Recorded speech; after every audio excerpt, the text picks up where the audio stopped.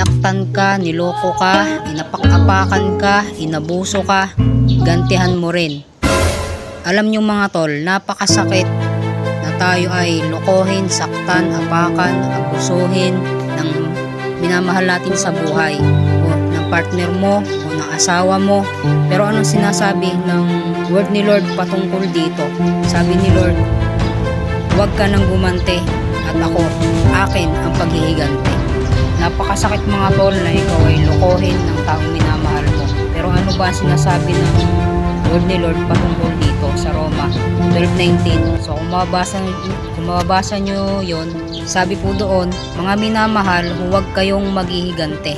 Ipaubaya ninyo iyon sa Diyos, sapagkat nasusulat, akin ang paghihigante, ako ang maghihigante, sabi ng Panginoon. Ang dami kong naranasan patungkol dito sa mga ganitong relasyon mga tol. Pero kahit kailan, hindi ko naisip maghigante, kundi inilapit ko lang sa Panginoon at ibinigay ko sa Panginoon.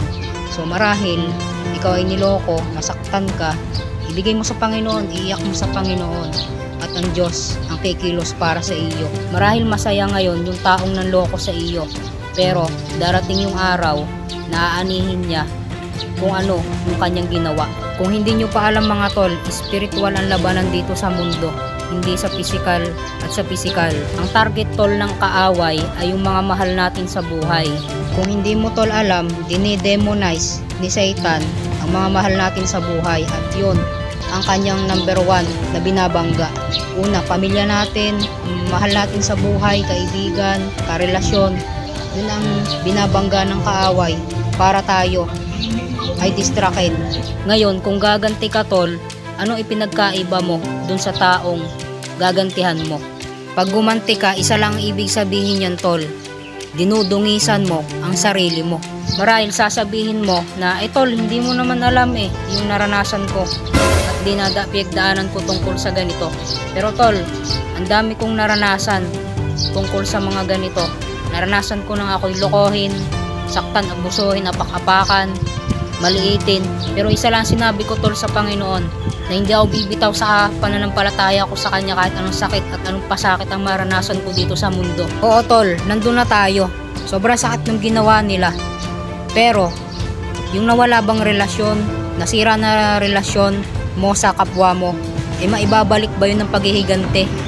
Diba lalong hindi. Bukod sa dinudungisan mo lang yung sarili mo, pansarili mo lang interes at damdamin ang nakontento. Pero yung paghihigante hindi pa rin nawala. Kasi once na ang puso ng tao mga tol ay nabago, doon lang kikilos ang Diyos. Once kasi na hindi ayos ang puso ng tao, doon lang paulit-ulit na nagre-recycle ang nangyayari. Ngayong sinaktan ka ng taong minahal mo at gusto mo maghiganti, huwag mo lang ituloy.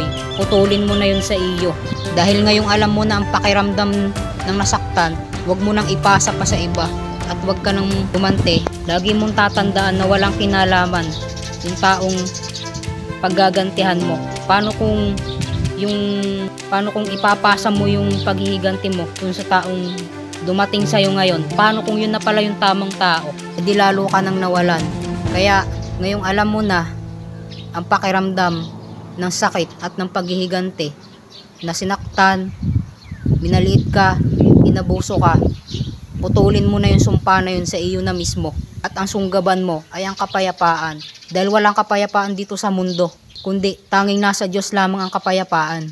Ilang taon na akong nabibigo patungkol dito, pero hindi ko na pinapasa sa iba yung nangyari sa akin, kasi alam ko na ang pakiramdam ng masaktan, apakan, at maliitin, abusuhin.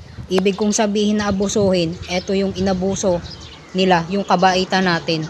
Pero ibigay mo na yun sa Lord. When you cry out to the Lord, si Lord ang kikilos para sa iyo.